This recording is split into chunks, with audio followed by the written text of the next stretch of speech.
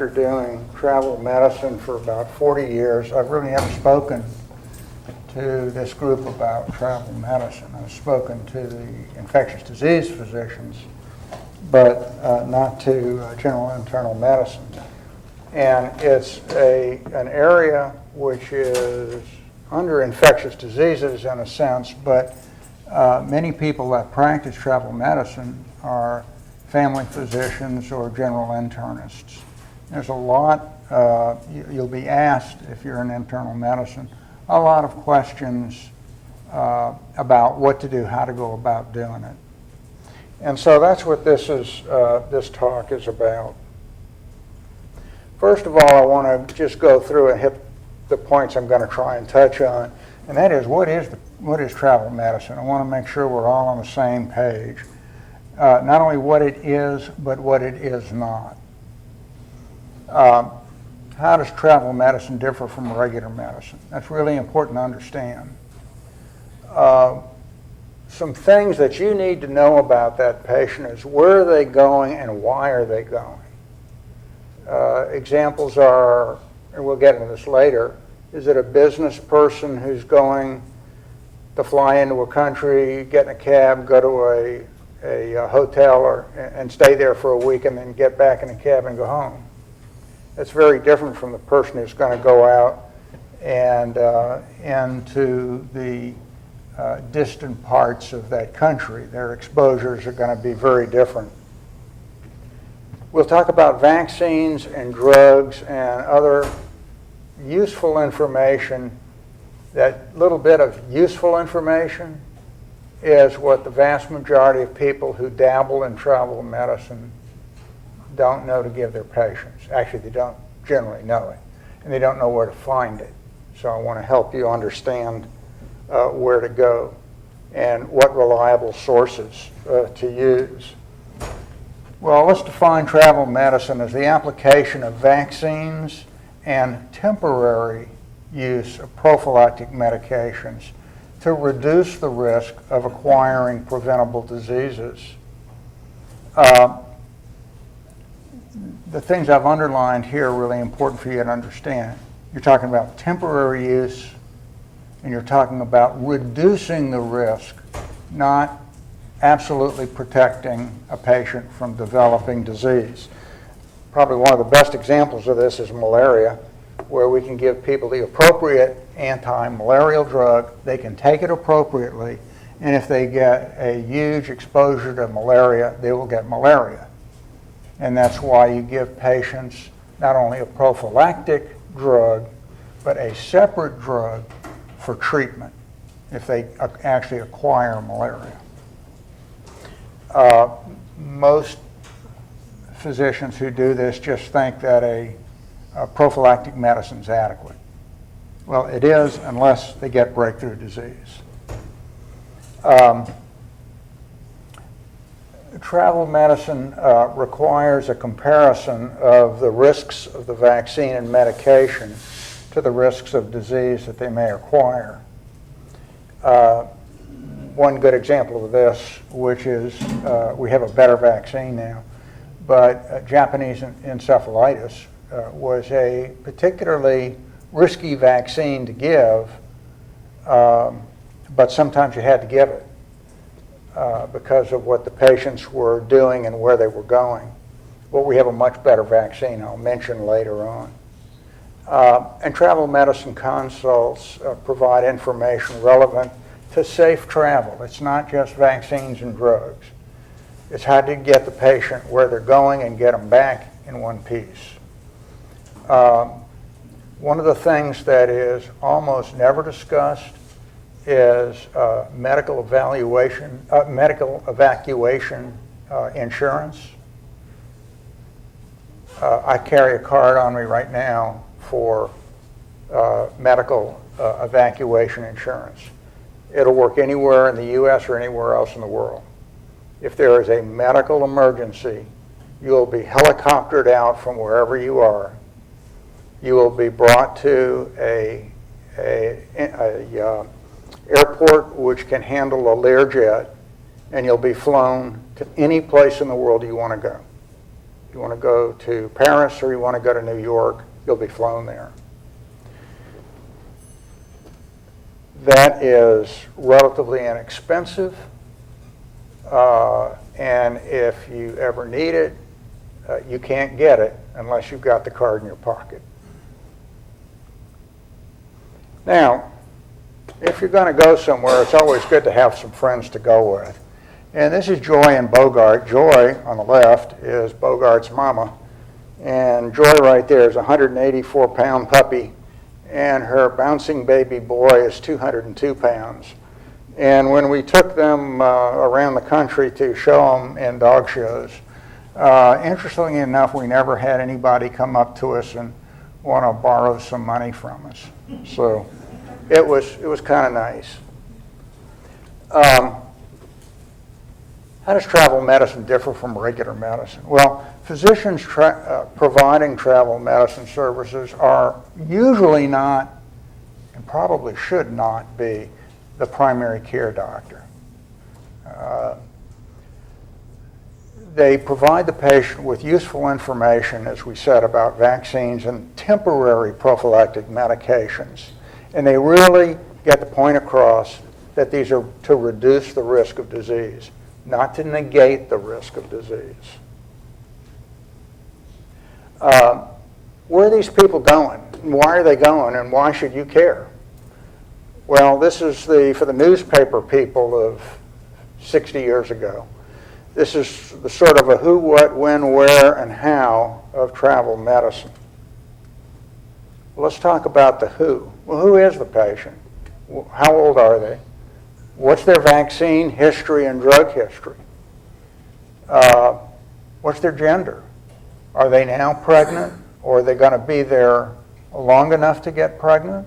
Or are they planning to get pregnant? You want to know that. You don't want to send someone who's pregnant to Brazil right now. They have a high risk of coming in contact with a virus that may cause dramatic damage to their fetus. And by the way, Brazil doesn't want you coming if you're pregnant either. What's their medical and surgical history? Current medications that they're on.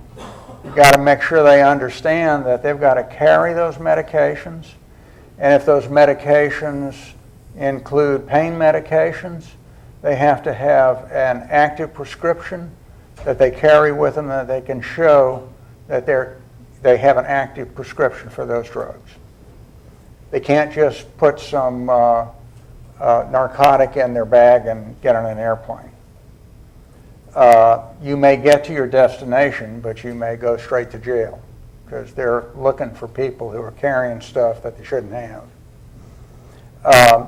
Don't forget simple vaccines that we all ought to be having on a regular basis, such as Tdap, tetanus, diphtheria, and acellular pertussis. Now, why are they going on the trip? And I touched on this a moment ago. Is it business, pleasure, thrills? We're seeing more and more people do this, or missionary work. Now, thrill-taking is usually done by people in their 20s and 30s. They have ideas about what excitement they want to put in their life, which may be jumping from airplanes or jumping off of bridges or skiing down mountain slopes and things like that, such as scuba diving is one we used to do. And for the scuba divers, is anybody in here a scuba diver? No, okay. Well, anyway, your patients may be. And there's some rigid rules that as a trained scuba diver, you know these things. Just recently, CDC came out with the wrong recommendations about time for scuba diving and flight. They said 6 to 8 hours is okay for a non-decompression dive, and 8 to 10 hours is okay for a decompression dive. And that's wrong. They've already been contacted by DAN, which is a professional diving group that provides services, and told, you got this wrong, fix it. the rules based on the U.S. Navy's data for 40 years is that if you have a non-decompression dive, by definition that's a dive less than 33 feet for no more than 30 minutes. And what that means is you haven't acquired enough nitrogen in your body to undergo the bends when you get out. That's a non-decompression dive. If you wait if you're going to have a decompression dive, you have to wait 24 to 48 hours before you're safe to get on an airplane. Why is that? Well, airplanes on commercial flights are pressurized at about 7,500 feet.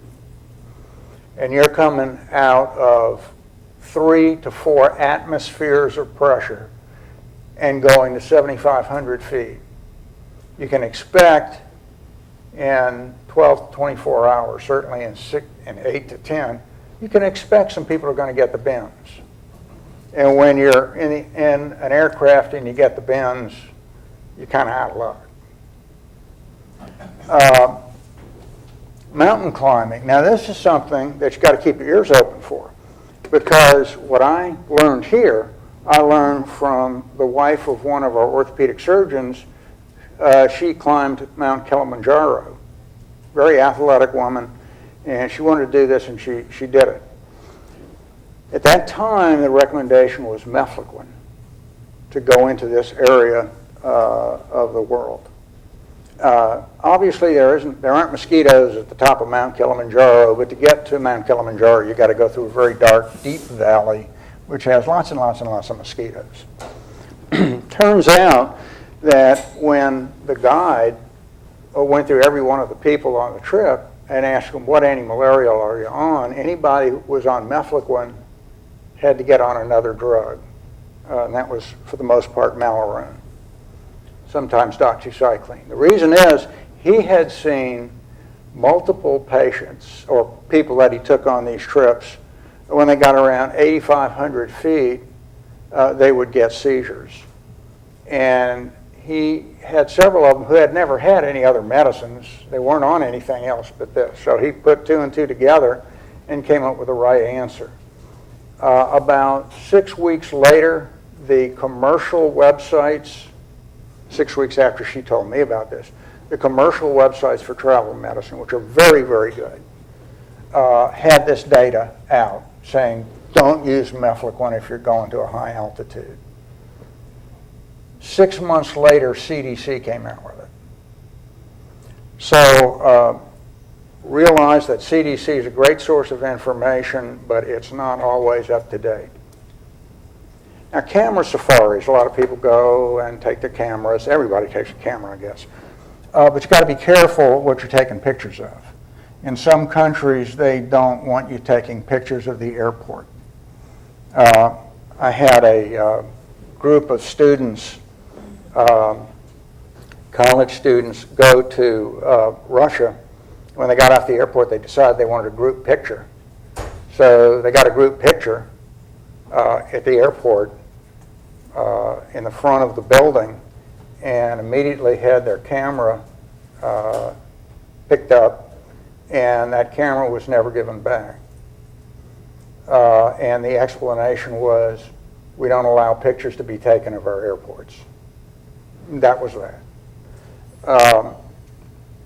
Government buildings, military sites, bridges are another site that is highly watched over, and of course industrial sites.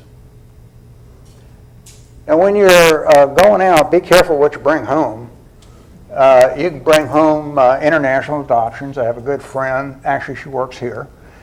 She adopted a beautiful little girl, red-haired girl from Russia, and I've seen that little girl grow from about a year old, I think, and now she's 15. It's really neat to see. She had no family in Russia. And some people will come home with new spouses. And some of those new spouses may have diseases that, such as hepatitis B or even HIV, that have not been looked into. And they're little critters. You can always bring little critters home. And we'll talk more about that later. When they go is important. And remember, the seasons of the year in the northern and southern hemispheres, you have alternating wet and dry seasons. That means mosquitoes and other types of arthropods are going to be cycling in the wet season wherever you are. The political situations of where you're going, not everybody's welcome to go everywhere. And one of the things that you really need to do, probably other than giving anti-malarials and typhoid vaccine, this is the third most important thing you need to do for your patient. Tell them, give them a sheet of paper, download the embassy address, the U.S. Embassy, British Embassy, and Canadian Embassy. You download the address, their telephone numbers, their international numbers, and you put it in their hand. Say, when you fly into country, the first thing you do when you get to your hotel room is you pick up the phone and you let the embassy know you're in the country, and you let the embassy know what day you're flying out, and you let the embassy know what your flight number flying out is. Now, is that a little bit overstated? Well, my son ran into this in Costa Rica. He got a bad motorcycle accident. He was the passenger. And he was supposed to meet an airplane. Well, he didn't get to the airplane. And he had done this, and when the embassy, the American embassy people realized he wasn't there, they started looking for him. He had been helicoptered from the scene into a hospital, transported by ambulance to a higher level hospital, and received a lot of surgical care at that facility. And I must say, the consulate was unbelievably good. They just kept us informed every step of the way.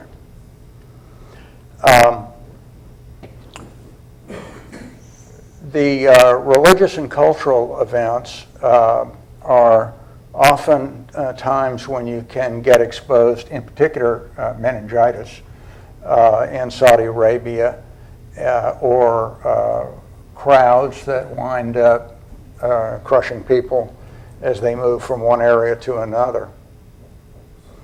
And people need to know about this. They need to know, they don't need to learn this when they get there. What countries and what part of the country, what part of a city are they going to be visiting? Where are they going to stay? What's the route of travel? This is another thing that people usually don't ask. They say, well, I'm going to fly from New York City to Paris to South Africa. But what they don't tell you is on their itinerary, they're stopping at 2 other sub-Saharan African nations. And those nations have rules that the other countries don't have, such as yellow fever vaccine. If you don't have your patient vaccinated, they're going to fly into the airport at one of these transit places, and they're not going to be able to get out of the airplane. That's the real deal, and that one happened to my wife. Coming back from Ecuador, she was supposed to fly from Ecuador to Houston. For reasons unclear to me, and she never found out, they wound up stopping in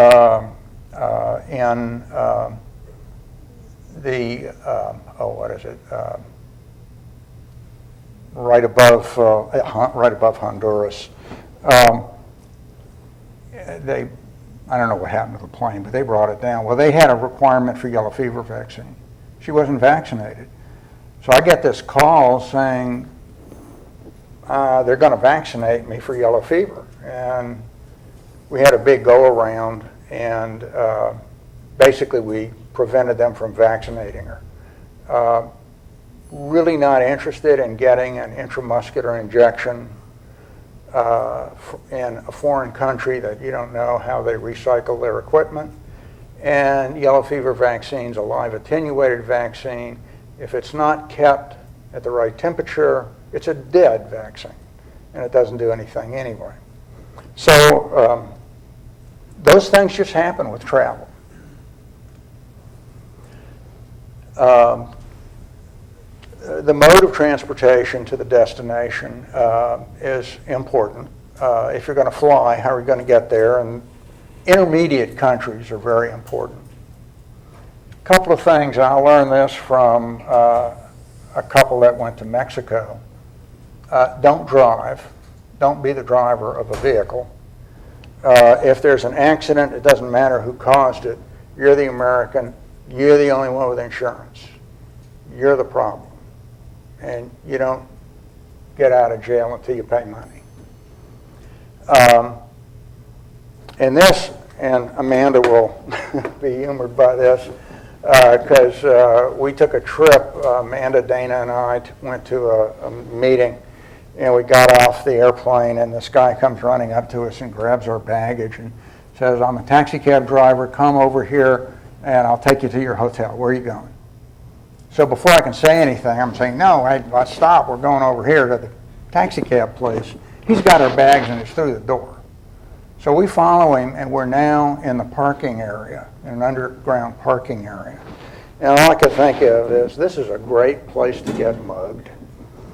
And in fact, he was not a cab driver. He was doing this on his own. He put all the stuff in the car, took us to where we were supposed to be, and let us out. There was no little monitors about how far you're gone, none of that. So don't do that. We have a faculty member who went to his home country, India, and had this exact same thing happen to him. Broad daylight. Walked out, guy grabbed his bags, put them in, and put him in the car, and two undercover police officers jumped on this taxi cab driver, and they told our friend, like I said, he was a faculty member here, that he was a really lucky guy because they'd been looking for this guy for months, because he'd pick people up at the airport, take them outside of the city limits, shoot them, and take their money. So don't make the mistake I made. I kick myself every time I think about this. Well, let's talk about vaccines and prophylactic medications and how important they are to take. And this is Tanya and Bogart, and they're getting ready to travel. And Bogart's ready to go to a dog show. And so he's all excited about getting his vaccines. And maybe he's a little excited about the cat that you can't see that's at the bottom of this counter. But anyway, he's getting his vaccines there. And this is Jasmine and BG. They're making the point that although you don't have to whisper, everybody's got to know what the trip plans are. Don't have some people think they're going to do one thing and somebody else in the group do something else. That can happen with big groups. A big group, as I define it, is anybody over 5 people. Consideration for prevention of diseases for the travelers, they're vaccine preventable diseases. There are medications that are available for prophylactic use, and then there are diseases for which there are no vaccines and there are no medications. These include dengue, chikungunya, and the most current Zika virus.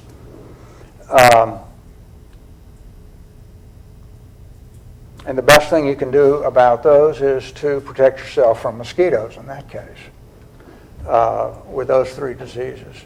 Now we'll talk about yellow fever a little bit because it covers a broad part of South America and sub-Saharan Africa. I've already talked about tetanus, diphtheria. For children 6 months to 6 years, there's a multi-vax product called Pediarix, and we use Twinrix, hepatitis A and B, all the time in our clinic. Vaccines that are often forgotten about I mean, who needs a rabies vaccine? Well, we used to have a microbiologist here who studied bats on every one of her vacations. She and her husband went there, and they would always get pre-exposure rabies vaccine.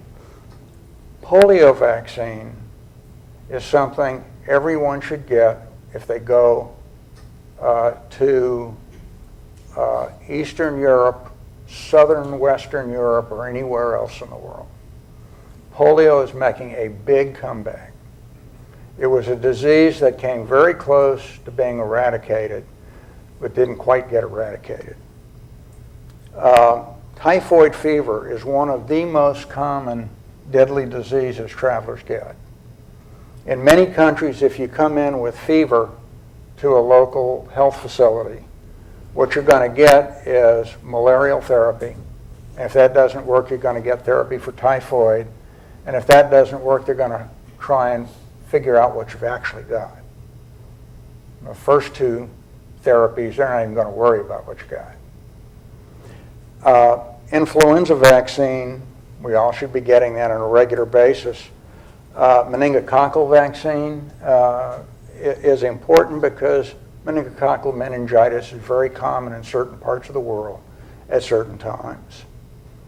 Common things like measles, mumps, and rubella, and then Japanese encephalitis. Well, a word about polio. If you've had your regular polio vaccination, you're already completely vaccinated with a primary series, you should get one extra inactivated dose of polio vaccine one time in your life. That's all you needed. Typhoid fever, there are two forms. There's an oral preparation, which is my preference. It gives 5 years of protection. One pill every other day for 4 doses. Can't give it with antibiotics or antimalarials. Or there's an intramuscular vaccine, which only gives 2 years protection. We don't have a functional cholera vaccine in this country, but in other countries, and this is an oral vaccine, in other countries they do have very good cholera vaccines. And the important part is they're oral, so you don't need to get an injection. And then rabies is for the person who may get exposed by nature of their work to rabies. It's important, and this may come up on your boards in internal medicine, it's important to note that just because you got rabies pre-exposure vaccine, if you get rabies exposure, you still have to get vaccinated. You just don't get as many post-exposure vaccines, and they don't use human immune globulin, whereas they would otherwise. There are 3 main vaccines for meningococcal meningitis, Menveo, Menactra, and Menimmune. Menimmune's the oldest one. It was the only one that was FDA approved for people over 55, but it's no longer available. They're out of stock as of 3/15 this year. We have Japanese encephalitis vaccine. There is no tick-borne vaccine in the U.S., tick-borne encephalitis. If you were born after 1957, you should receive 2 doses of measles-containing vaccine to protect yourself from measles, a bad disease in an adult, a really bad disease. These are the areas where polio is still found, and it's actually increasing, not decreasing. India, Africa, Indonesia, and the Arabian Peninsula. Endemic areas include Afghanistan, India, Nigeria, and Pakistan. And countries that are reporting polio right now are those listed below. So there's a lot of polio that's developing around the world. And if you think, well, you're just going to fly to Paris and go off somewhere in Northern Europe and that you're safe, remember this is an oral fecal transmission for polio, and if someone comes in with contaminated hands and they actually have polio incubating, they may transmit it to you.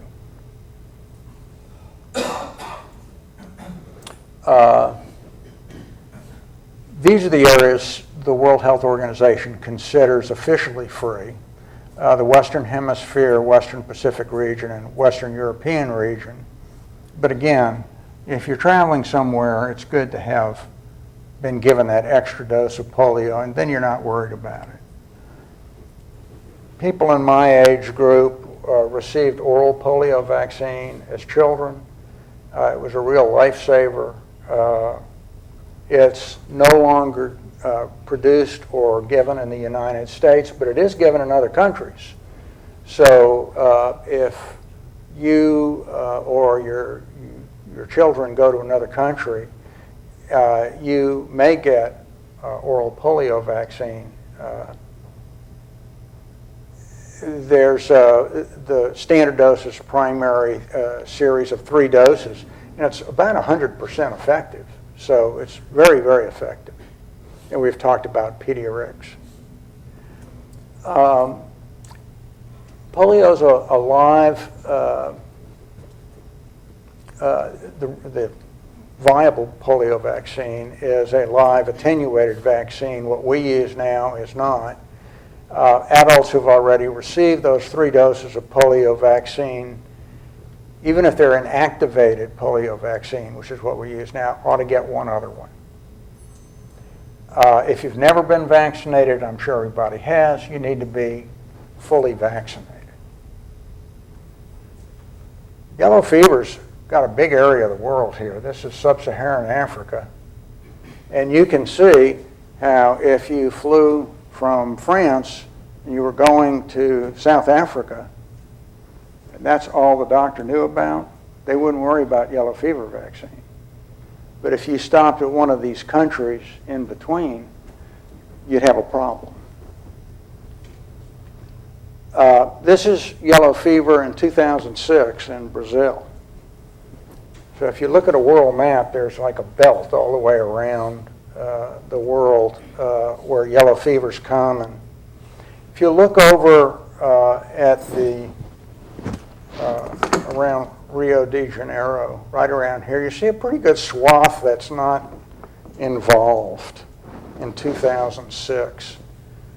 This is 2008, 2 years later. Right in this little circled area, there were 35 confirmed cases with 19 deaths. 5 of those deaths were Americans who didn't get vaccinated. Why didn't they get vaccinated? Well, they were going to a part of the country that hadn't been reported to have yellow fever. But, in fact, it did.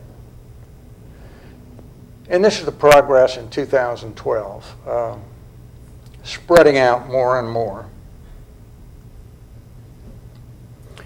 This is a live attenuated vaccine. It is one of the safest and best vaccines that in efficacy there is. You cannot give it to people under 6 months of age, and a relative contraindication, because it's a live attenuated vaccine, is pregnancy, HIV infection, any immunosuppressed patient, and children 6 to 9 months of age is a relative contraindication. These are the reactions that people can get. As you can see, they're very uncommon. They can have an allergic reaction, they can get an encephalitis with yellow fever, or they can get yellow fever disease of the vaccine strain. And it's every bit as bad as yellow fever, about a 30% mortality rate. However, if your patient's over 60 years of age when they get their first yellow fever vaccine, the rate for multi-organ failure jumps from 1 to 200 to 300,000 doses to 1 to 40 to 50,000 doses. So you have to really decide, is this person's risk of having this side effect, which is devastating, going to be worth doing what they're doing? I had a 96-year-old patient who always wanted to go through the Panama Canal. He just wanted to do that. And that's an area where you need yellow fever vaccine. And I was asked to vaccinate him, and I said, no, I'm not going to vaccinate a 96-year-old guy. That's just nuts. And the travel agent asked me, well, what should I tell him? Stay in your cabin while you go through. And he was fine with that. You know, he did that and he was fine and enjoyed his trip. But you can sort of negotiate through these things. Meningococcal vaccine is required in Saudi Arabia for the Hajj pilgrimage, or even if you go into the country. There's a belt, as you saw in Africa, where the highest risk is December through June, which is their dry season. And recommendations for ages and high-risk groups vary within the United States. Menimmune is the older vaccine. I just point out again, it's no longer available. By the way, yellow fever vaccine, I was asked this yesterday. Yellow fever vaccine is required by a lot of countries. Yellow fever vaccine used to come in a 5-dose vial and a 1-dose vial. Individuals would take a 1-dose vial. Well, about 2 years ago, they stopped making a 1-dose vial and only made a 5-dose vial. So if one person were going to go, they'd have to buy all 5 doses, which is well over $500. It's more like $650.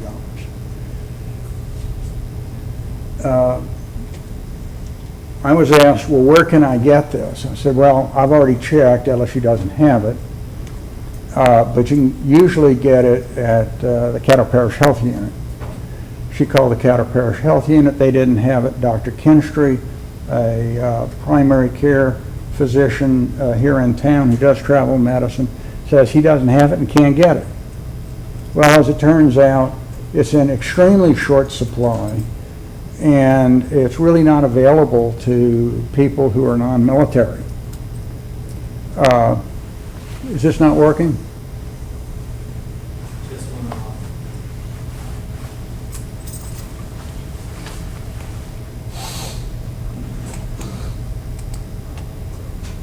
Yep, the battery's dead.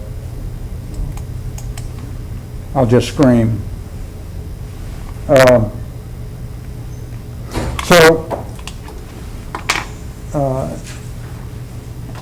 The newer vaccines are out. They're 4-valent. They're conjugated with diphtheria toxoid, and they're much, much more effective than the original vaccines. The duration is not really known, but it's thought to be longer than the older vaccines.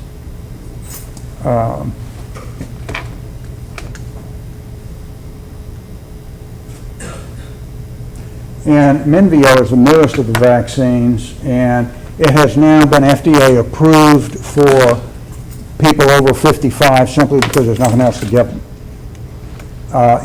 There's no reason why it shouldn't be approved. It's not that it's unsafe, it's just that it never was, it never went through FDA approval for people over 55.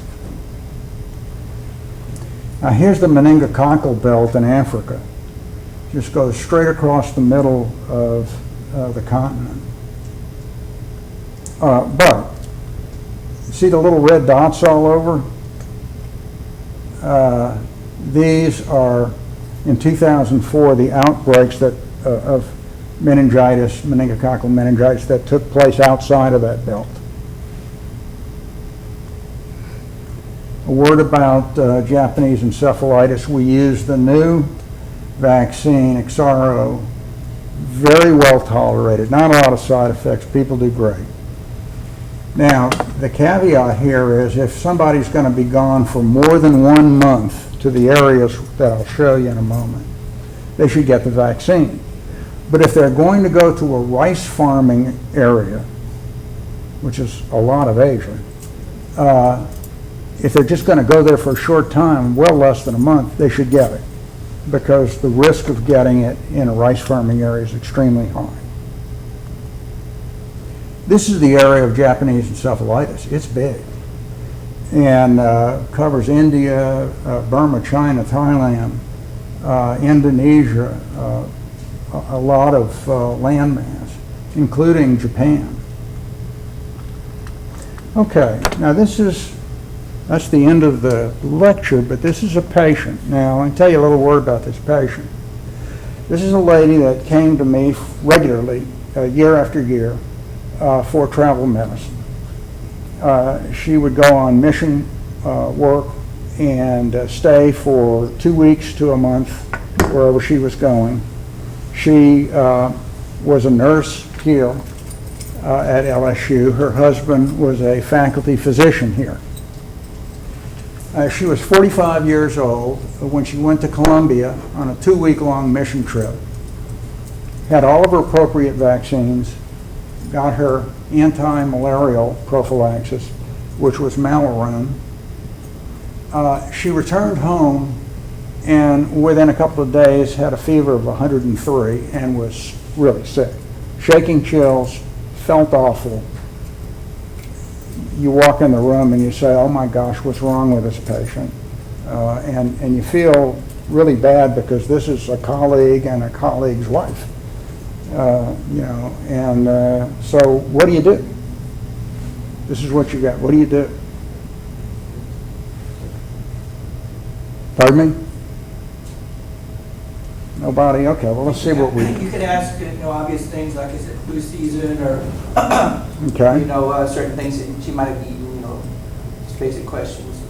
Okay, and that's true. And what you're getting at is exactly the point. You get history. The answer is always in the history. The answer is not going to be in the lab test. You're going to get the lab test because you got the right history. Well, her history was that she took Malarone for the first week. During the second week, there was a young man from Atlanta, Georgia, who had come on a trip, and he hadn't gone to a travel medicine doctor, and he didn't know to take an anti-malarial. And he was really getting scared that he was going to get malaria because there were a lot of mosquitoes.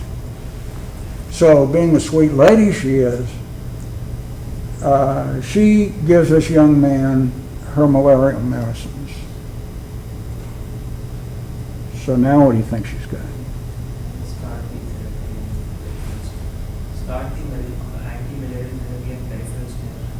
Yeah, she may well have malaria, and she's looking like she's got malaria. I mean, she is a really sick lady.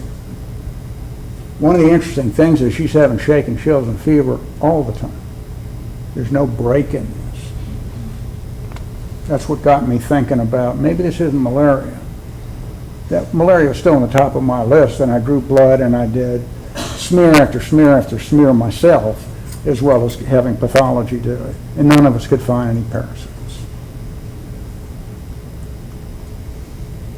All of her malarial smears are negative. The patient has bilateral patchy pneumonia, but no rales or wheezers really. So what we need is more history. And on the trip, everybody slept in an old burned out church, much of the roof of which was gone. And my patient noted that there were always bats flying in and out. They'd fly out at night, they'd fly back in the morning. And there was bat guano everywhere. And so at this point, what do you think she's got? You now have taken enough history that you can be reasonably sure of the diagnosis. She's got histoplasmosis. Bats carry histamine. She doesn't have malaria. You've already looked for that. It's not there. The lady's been heavily exposed to histoplasmosis, and sure enough, that's what we found when we did antigen testing through Maravista. Put her on amphotericin deoxycholate. After her second dose, she had no further fever and felt much, much better and regained her strength and was doing very well. And after 2 weeks, I changed her to itraconazole. She did great. So the point of all this is it's one thing to give or let me put it this way, part of travel medicine is not only giving vaccines and telling people what to do and what they shouldn't do. It's dealing with what happens when they come back sick. And if you're not dealing with travel medicine on a regular basis, you may not feel at all comfortable trying to handle the outcome of travel. And believe me, I wasn't feeling too comfortable myself either. I was struggling here and trying to get more and more history from her in between all the teeth rattling shakes. So this is sort of the realm of travel medicine, and I will just leave you with this is one of our rescue Great Danes. We rescued 27 Great Danes, and it's hard to see here, but he's a true blue. His coat color's blue. His eyes are blue. If you can see his eyes here, they're actually blue. They match the young lady's scrubs. And Braun, which was his name, always told us it was best to travel in packs.